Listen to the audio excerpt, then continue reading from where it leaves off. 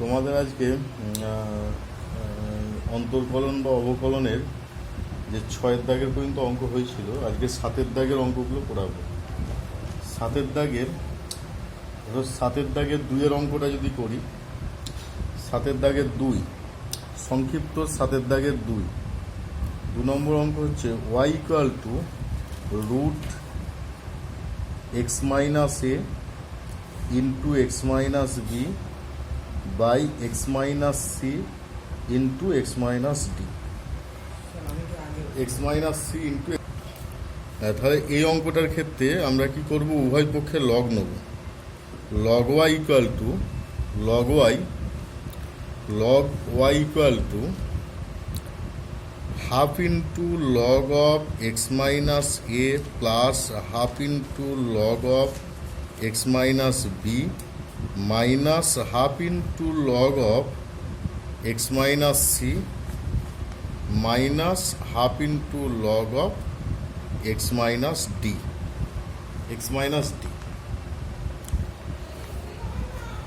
তাহলে equal to log y, উভয় পক্ষকে এক্সের সাপেক্ষে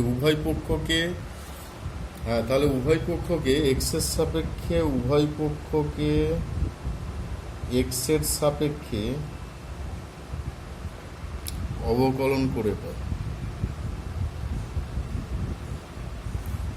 প্রথম কথা, বাঁ দিকটা হচ্ছে 1/y ইন্টু ডিওয়াই ডিএক্স লগের জন্য, 1/2 ইন্টু এক্স মাইনাস এ, তারপরে 1y প্লাস দিয়ে 2 into x minus b minus 1/2 into x minus c minus 1/2 into x minus টি।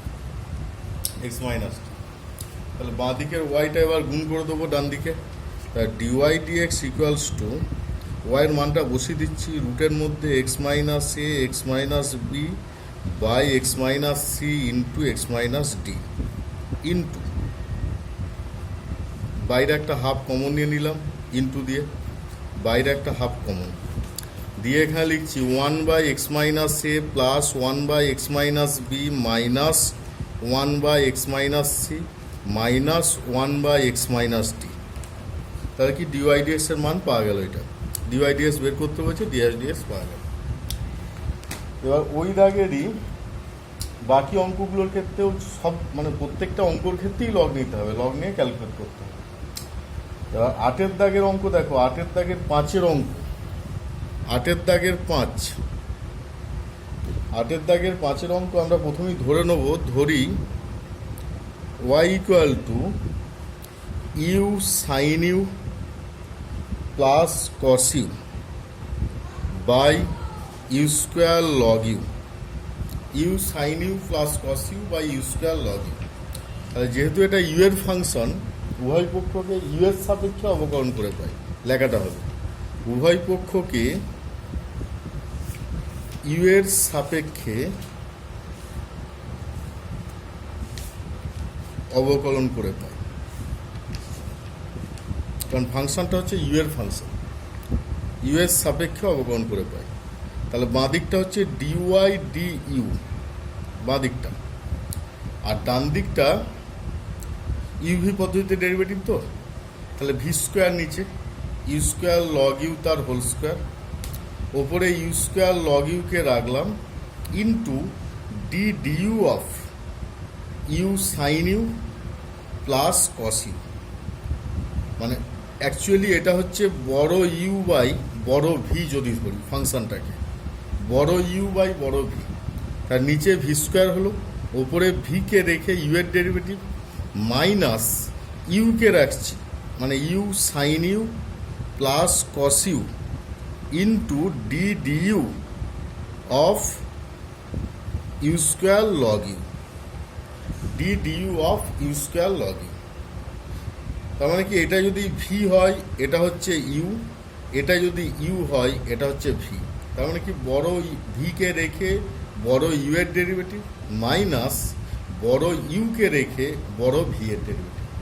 তা নর্মালি এখানে ডেরিভেটিভ করবো, বাঁ দিকে যেটা থাকছে ডিওয়াই ডিইউ, আর ডান দিকে নিচে হচ্ছে ইউ স্কোয়ার লগ ইউ তার হোল স্কোয়ার, ওপরে u square log u into এটাকে যদি ডেরিভেটিভ করি ইউভি পদ্ধতিতে প্রথমেরটা হবে ইউ সাইন ইউ, মানে ইউ এর সাপেক্ষে ডেরিভেটিভ করছি, তার মানে u cos u plus sine u, তারপরটা মাইনাস সাইন ইউ, মাইনাস এটাকে রাখলাম u sine u plus cos u, আর লগটাকে এটাকে যদি ডেরিভেটিভ করি প্রথমটা হবে u square into 1/u plus 2u ইন্টু লগ ইউ, 2u ইন্টু লগ ইউ,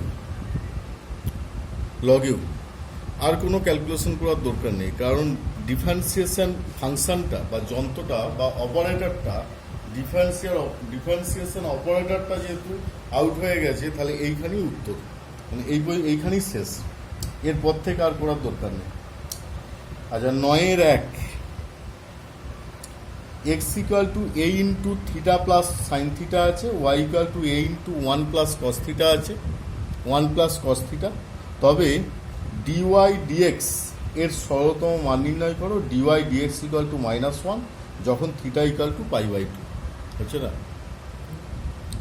আচ্ছা, তাহলে এখানে আছে x equal to a into theta plus sine theta, তাহলে এটাকে যদি আমরা থিটার সাপেক্ষে ডেরিভেটিভ করি dx d theta equal to হবে a ইন্টু ব্র্যাকেটের মধ্যে থিটার জন্য 1, সাইন থিটার জন্য cos theta. Simple derivative, x এর সাপেক্ষে উভয় পক্ষকে ডেরিভেটিভ করছি, এর এক্স এর জন্য হচ্ছে dx d theta equal two a into 1 plus cos theta. আবার y সমান দেওয়া আছে a into 1 plus cos theta, তাহলে একেও যদি এক্স এর সাপেক্ষে ডেরিভেটিভ করি dy d theta equals to a into 1 এর জন্য 0 মাইনাস কস থিটা। এবার কি বের করবো? dy dx বের করবো, dy dx।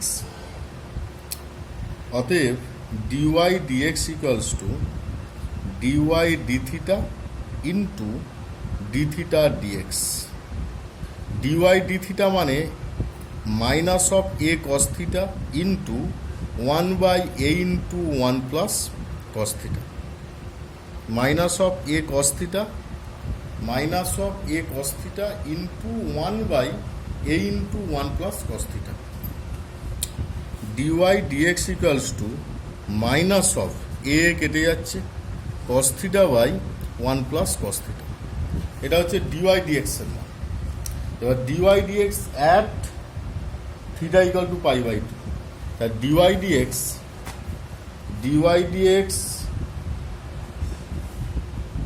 At theta equal to π/2, মানে থিটার জায়গায় π/2 বসাচ্ছি, minus of cos π/2 by 1 plus cos of π/2, তার মানে এটা হবে -0/1 প্লাস 0 সমান,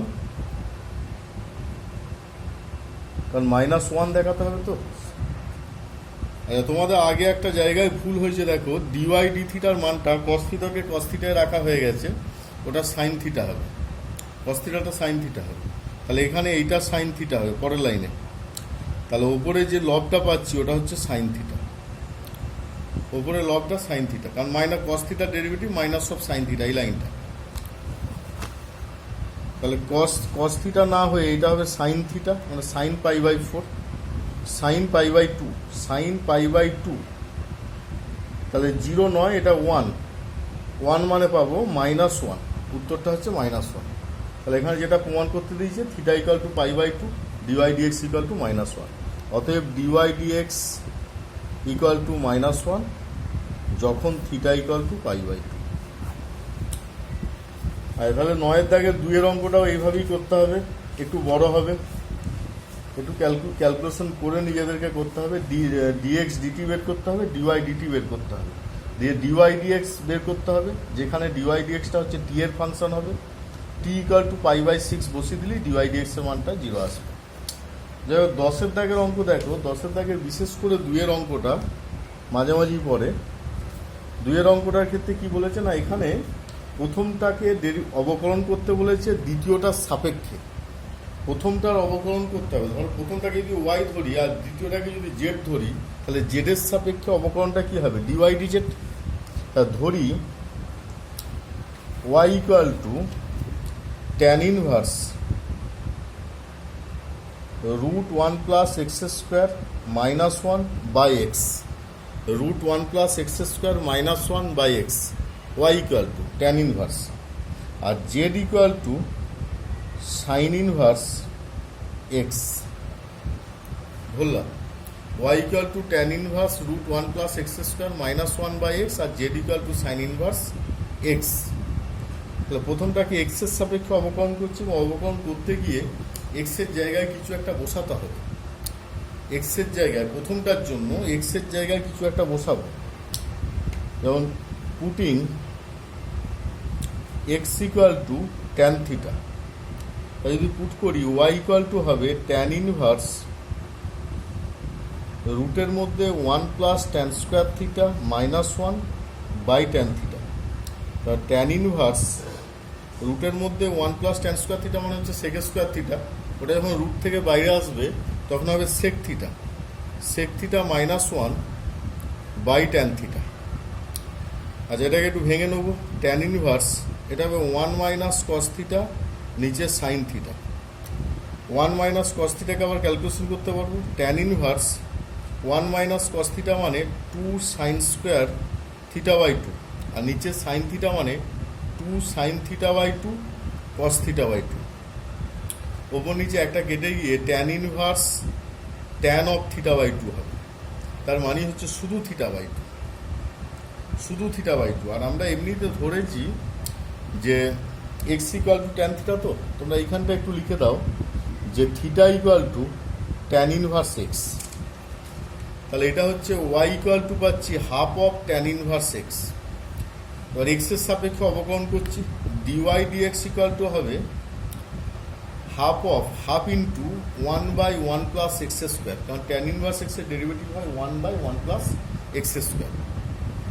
এবার দ্বিতীয়টা জেডটা z equal to sine inverse x আছে, তাহলে ডিজেড ডিএক্স ইকুয়াল টু হবে ডিজেড ডিএক্স ইকুয়াল টু হবে one by root one minus x square. এটা হচ্ছে সাইন ইনভার্স এক্সের derivative, one by root one minus x square. তাহলে এখানে আমরা মান বের করবো কার, ডিওয়াই ডিজেড, ডিওয়াই ডিজেড সমান, অতএব ডিওয়াই ডিজেড সমান d y d x into d x d z. D y d x এর মান হচ্ছে half into one by one plus x square into d x d z মানে one by root one minus x square. কারণ কার মান বসাচ্ছি, ডিজেড ডিএক্স আছে কি ডিএক্স ডিজেড, ওই জন্য কি অনন্যকটা নিতে হবে। তাহলে এটা যখন ওপরে চলে যাবে হবে কি, ওপরে হবে ওয়ান মাইনাস এক্স স্কোয়ার, রুটের মধ্যে one minus x square by নিচে two into one plus x square. তাহলে এইটাই হলো প্রথম ফাংশনটার দ্বিতীয় ফাংশনের সাপেক্ষে অবকলন, প্রথম ফাংশনের দ্বিতীয় ফাংশনের সাপেক্ষে অবকলন। সংক্ষিপ্ত কত অঙ্ক হলো, 10-এর দাগে 2-এর অঙ্ক, 10-এর দাগে 2-এর অঙ্ক, 10-এর দাগে 2।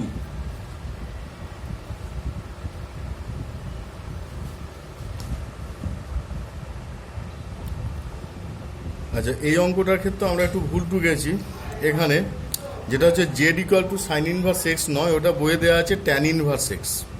এই লেখাটা একটু ভুল হয়েছে, ট্যান ইনভার্স এক্স। তাহলে ট্যান ইনভার্স এক্সের ডেরিভেটিভটা হবে one by one plus x square. তাহলে এখানে এটাও চেঞ্জ হচ্ছে one by one plus x square, রুটটা নয়। তাহলে এটা ওয়ান প্লাস এক্স স্কোয়ার ওপরে চলে যাবে, ওয়ান প্লাস এক্স স্কোয়ার কাটাকুটি হয়ে উত্তর হবে হাফ, উত্তর হবে হাফ। আচ্ছা, পরের অঙ্ক আমরা 11-র দাগের অঙ্কটা করব। 11-র দাগের অঙ্কটা,